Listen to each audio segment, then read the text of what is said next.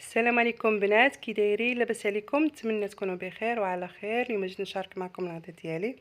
قلت علاش لا ما نديروش ما نشاركوش مع الصديقات ديالي الاصدقاء ديالي. مرحبا بكم معايا. غنديروا الجلبانه بالقوق، كتجي لذيذه بزاف، كتجي بنينه صدقوني، كتجي رائعه.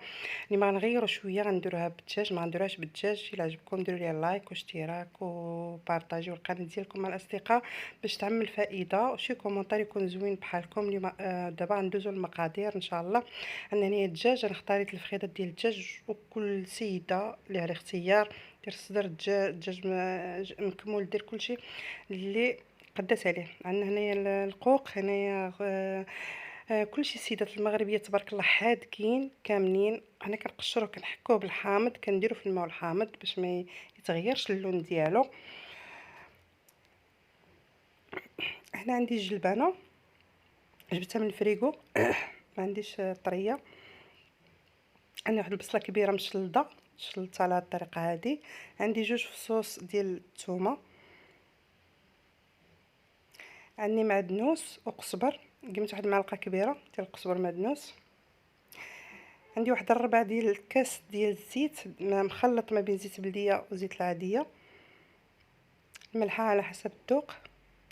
والعطريه عندي هنايا نص معلقه صغيره ديال سكنجبير، نص معلقه صغيره ديال الابزار، ونص معلقه صغيره نتاع الخرقوم البلدي. دابا غندوزو للطريقه ان شاء الله. تفضلوا معايا، مرحبا بكم.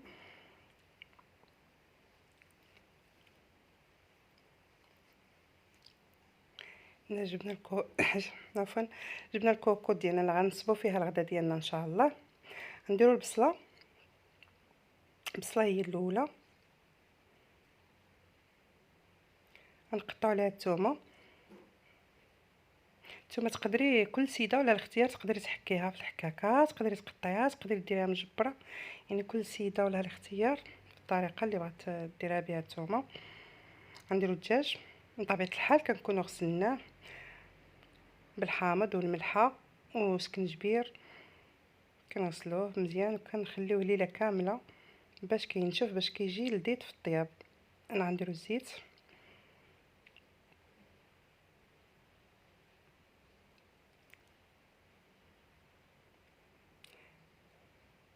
نديروا العطريه ديالنا،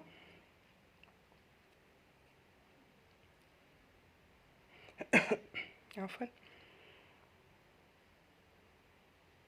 من بعد ما درنا العطريه غندير واحد قليل من الماء، واحد ربع الكاس ديال اتاي ديال الماء، ضروري باش نقليوها باش ما تحرقناش العطريه ديالنا.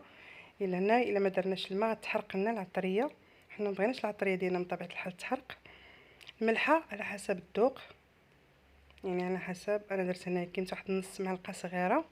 الملحه كتبقى على حسب على حسب الذوق. هنا غندير قزبر ومعدنوس، انا ما عنديش الطري درتو مجمد. دابا غادي نرجعها فوق العافيه تقلى. كنحركوا المقادير مزيان.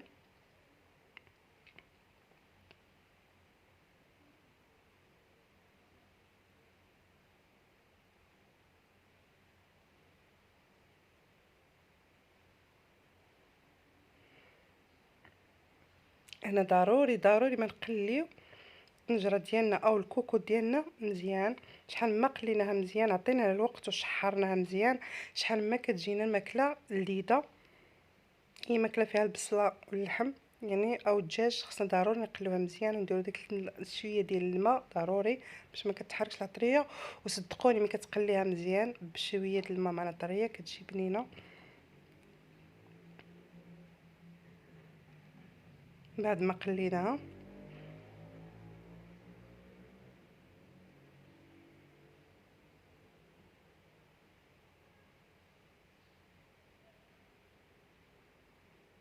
صدقوني في هاد الطويجنات كاملين اللي كيكونوا بهاد الطريقه هذه، الا شحال ما قليتوهم مزيان وعطيتهم الوقت في التشحار، شحال ما يجيو بنان وكيعطيكم لذه وكتجي المريقه ديالهم خاتره، كتجي المرقه خاتره.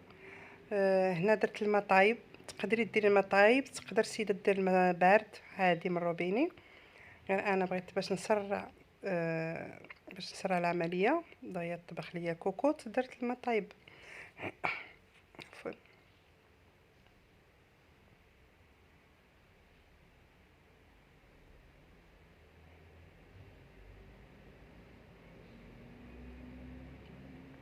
انا غنقاد من بعد ما صفيت القوق غنقادو في الكوكوط.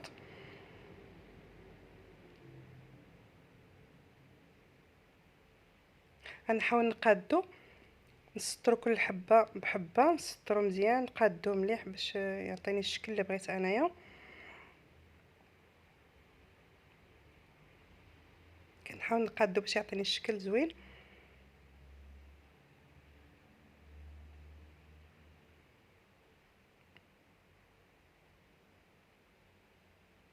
ندير جلبانه فوق منه. عفوا.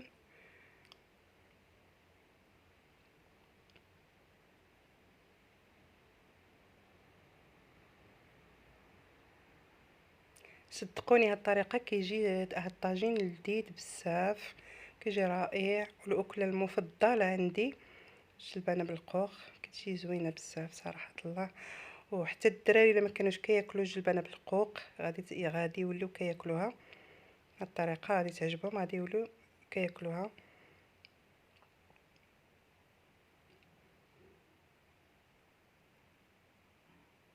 كنحاول نقاد الجلبانه مزيان باش تعطيني الشكل اللي باغا انا.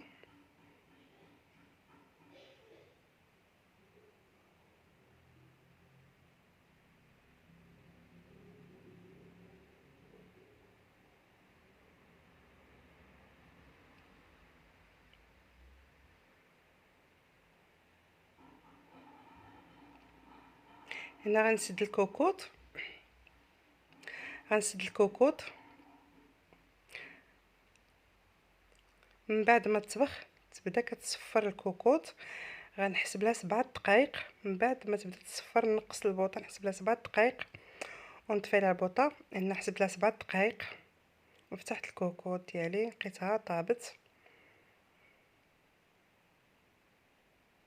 هذا هو الشكل ديالها ملي كطيب، كيجي المنظر ديالها زوين.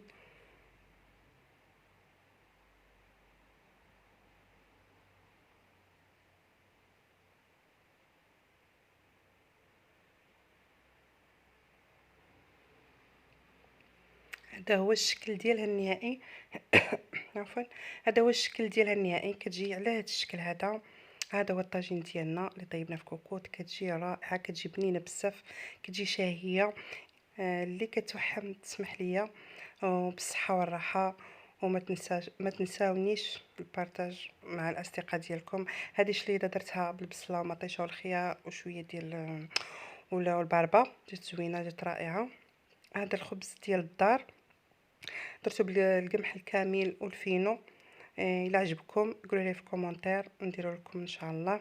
الطريقه ديالي كيجي بنين، كيجي رائع، كيجي لا منظر ولا مذاق. وبالصحه والراحه، الى اللقاء في فيديو اخر ان شاء الله.